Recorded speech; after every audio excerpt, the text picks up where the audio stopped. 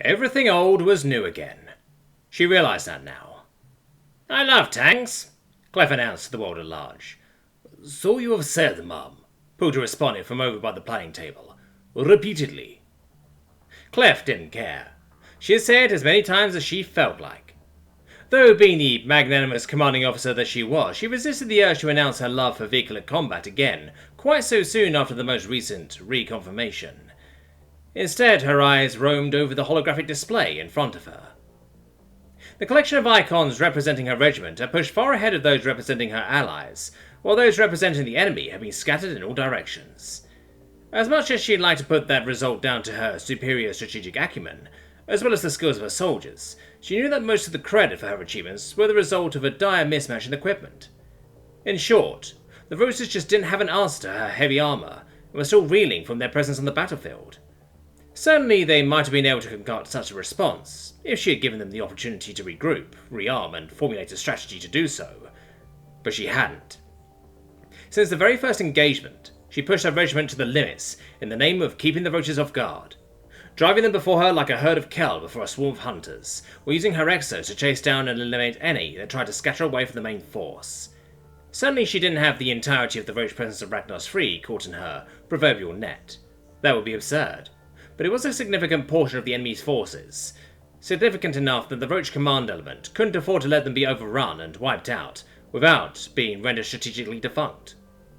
Which is why they've been facing increasingly desperate rearguard actions from the enemy, as more enemy troops redeployed to her theatre from across the planet, before subsequently being thrown at her in a desperate attempt to slow her down and give the main enemy force some breathing room.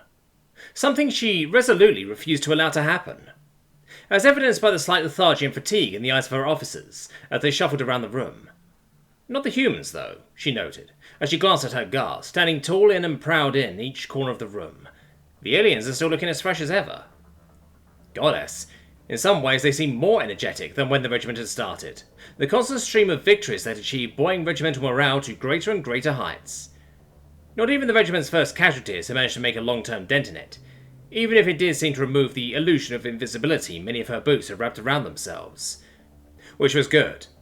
Bravery without temperance was just foolishness. Still, newfound caution notwithstanding, the humans just didn't stop. So long as they got some food, some sleep, and a not inconsiderable amount of anti-bruise cream and supplements, they'd just keep going. Through the wind, through the rain, during the day, at night. So long as the regiment continued to operate in shifts, it honestly seems like they'd be able to operate for months before the regiment's functionality was severely affected. Though, apparently, appearances could be deceiving. According to her newest advisor, cracks in the facade would start becoming obvious in just a week, at which point morale would plummet and possibly deadly mistakes would start becoming a lot more commonplace. And I'm not inclined to ignore his advice, she thought, glancing at the one human in the room that wasn't standing. This Dalbury hasn't steered us wrong thus far. Where before the aged human male had been Friska's advisor alone, he has since become a staple presence in her command-level meetings.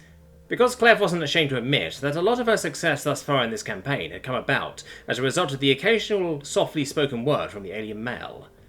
Because despite the fact that the roaches were being driven before her, they had made some reasonably effective attempts at knocking out her vehicles. Mines, infantry swarms, even a pit trap. All strategies that Dalbury had warned her of in advance. Admittedly, those general warnings shouldn't have been enough to keep those assaults from being totally ineffective, but combined with the relatively unobstructed terrain and a hefty dose of luck, they'd thus far come out relatively unscathed, which wasn't totally absurd given that the bare rock of Ragnars's 3 presented little in the way of cover or concealment for troops, traps or mines. It was rather hard to conceal a mine when every patch of sand or soil for miles around had been eroded by wind and rain centuries ago, leaving little but bare rock. Not impossible, but damnably difficult.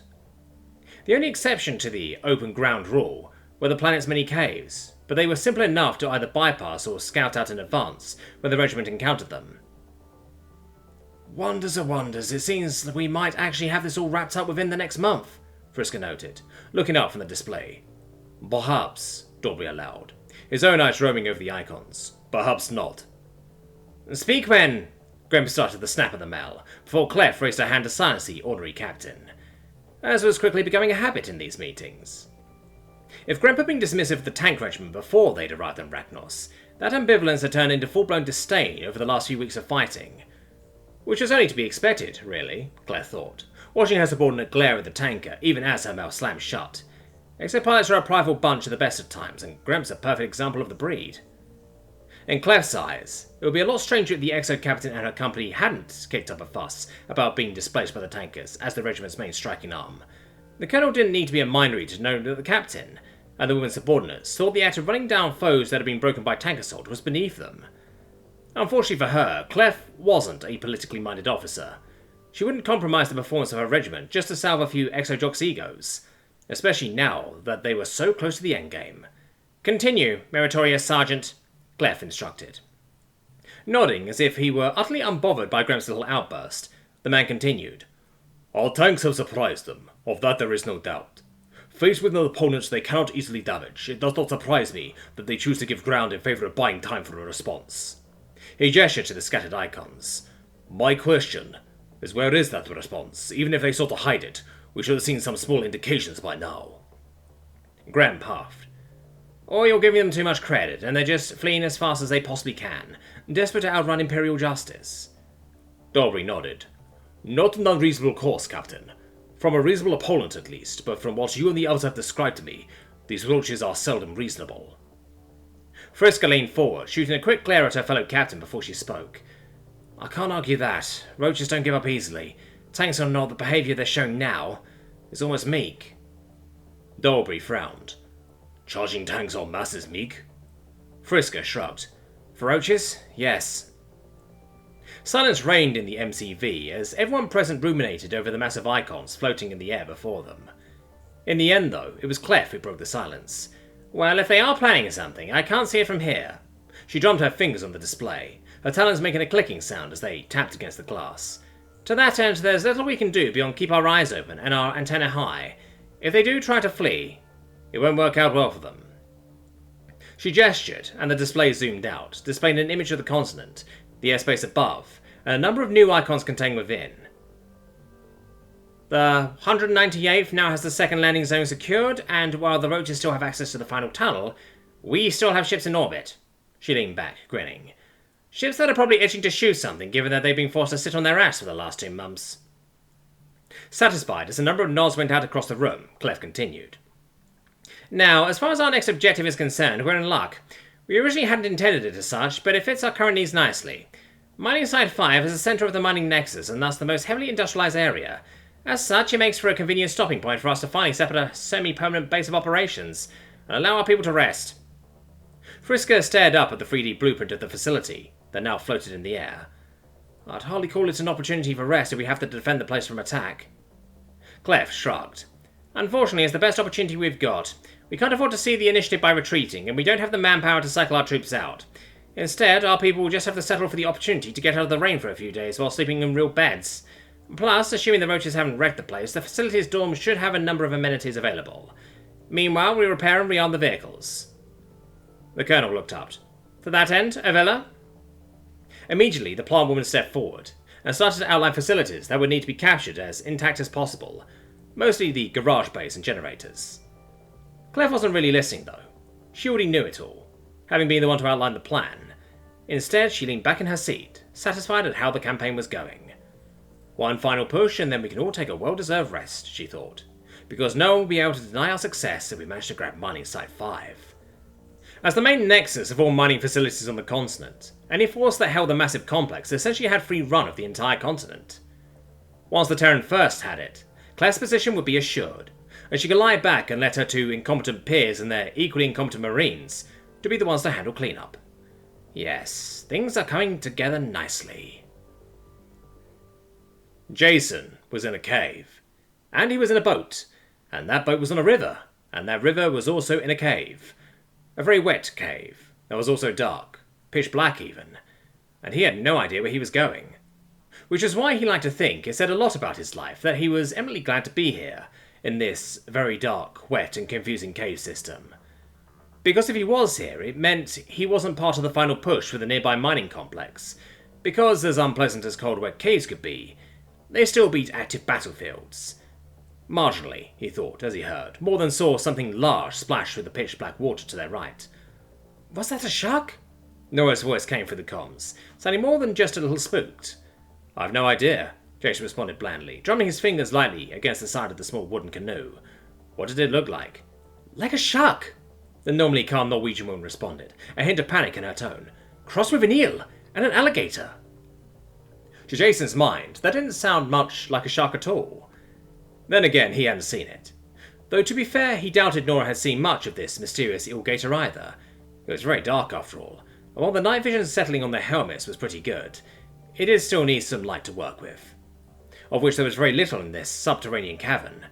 At best, he could make out vague outlines. I'd try not to think about it, he said. It was bigger than the boat, Jason. As I said, try not to think about it. Like he was doing. Instead, he looked over to their guide. The blue-skinned Orphean was standing at the back of the boat and carefully steering them through the labyrinth tunnels using a long stick, an act that looked easier than it sounded, given that the current didn't appear that strong. It's a bit like being on one of those gondolas they have in Venice, he thought. Yes, he was on a gondola. In Venice, not in a cave, about to be eaten by an eel shark, being guided by an ancient warrior woman with blue skin who was navigating via echolocation. Do you think we might have an opportunity to hunt this creature after the negotiations are finished? Of course, Yarrow had to go and ruin that brief illusion. I don't think so, he said.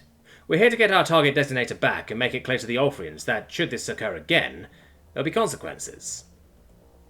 Clef and the other officers had been more or less content to ignore the natives' constant thievery. While it had been annoying, it wasn't severe enough of a problem to warrant any real response beyond informing the Marines to watch their pockets when the locals were around. Waking up to discover a crate containing a target designator, along with other bits of miscellaneous equipment, was missing was a step too far, though. The private responsible for that oversight is going to be scrubbing toilets for the rest of his career if he isn't brought up on charges, Jason thought. Whatever. It didn't really matter to him. His only job was to recover the item in question. Not that it had originally been his job. Avila had originally been tasked with recovering the lost equipment, something the plant woman had responded to by rounding up a number of Marines in preparation for an honest-to-God raid on the nearby Orphean camp, which just seemed like a shit show waiting to happen to him. So he had made the mistake of being the one to suggest an alternative. A reasonable alternative that wouldn't see a lot of people dead. And nothing he'd seen in the last hour of travel had changed his mind on his approach being the correct one, except perhaps for the fact that doing so was what had caused him to end up down here. First of all, while the Orpheans were primitive, they weren't stupid. Their campsite outside the Imperial camp was an illusion, little more than a forward base for the warriors to stay at. The real home of the local clan, where the elderly, men and children lived, was underground. In the tunnels. Tunnels that apparently had eel gators in them, in addition to being partially underwater and riddled with twists and turns. Jason didn't doubt for 1 minute that, despite all their technical advantages, attempting to send a task force down here would have been a nightmare. Even ignoring the Orpheans, it would be all too easy for Marines to either get lost in the darkness, or swept away by the deceptively strong current. And if you factor in the Orpheans, he thought. While he didn't know how many modern weapons the local clan had access to, he knew they'd definitely break out all of them in defence of their home. And while the regiment had come a long way in the months since it had touched down on Rakonos 3, he still didn't think they'd fare amazingly well against dedicated tunnel fighters. Especially when most of the regiment's NCOs were Shorvanti, who did not handle tunnels well. At all. Blech! Yrrol shot from behind him, no doubt annoyed at being denied the opportunity to hunt a new brand of dangerous animal. Instead of contradicting him, though, she reverted back to a topic she'd been arguing with him about all morning. I still don't see why we should negotiate with these blue thieves. Under different circumstances, he might have cringed at the insult being directed at the clan of their guide, but the helmets kept their conversation strictly between the three of them. It's easier, he sighed, tired of the same old argument. It shows weakness. Jason turned to stare at his lover incredulously. We're a modern military. They're a band of spear-wielding primitives. If we can't show a little patience and magnanimity with them, who the fuck can we show it to? Magnanimity should be shared with the honourable, Yrrol sniffed. Something these Orpheans have shown to be anything but. Jason shook his head before glancing over to Nora for support. Unfortunately for him, the Scandinavian woman was still staring out at the waters around them, likely for gator sharks. Which, admittedly, was probably a better use of all their time than arguing about the merits of soft versus hard diplomacy. Any luck contacting command? He instead prompted. The woman jolted slightly at being addressed before shaking her head. No, too much rock for the signal to get through, she responded, ignorant of the way her sudden motion had drawn the eyes of their guide. Which was kind of understandable, given that from her perspective, The occupants of her boat had suddenly started shifting about and staring at one another at random. Jason's lips quirked at the thought for a moment, before he turned his mind back to the task at hand. Well, we figured this would happen before we came in, he shrugged. I guess we're on our own for now. Despite that, he wasn't too worried. While a large task force might get cut to pieces down in these dark tunnels, he was reasonably sure he, Yarrow, and Nora wouldn't have too much trouble retracing their steps, especially given that his suit had been mapping the entire route over here. Glancing up at his HUD, he could see a clear path leading back to the surface. A little underhanded, perhaps, given that the Orpheans were unknowingly leading the Imperium right to their home, but those were the breaks. While he was in favour of going the diplomatic route first, that didn't mean he was ignorant to the fact that sometimes force was required if both parties were unable to compromise, and the Imperium couldn't compromise on this. They needed that target designator back.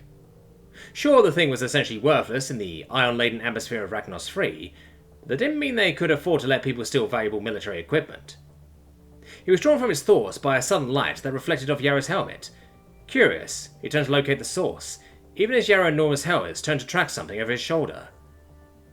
At first, he was fairly blinded by the light as he shifted around in his seat. Then his suit's sensors compensated, and he froze.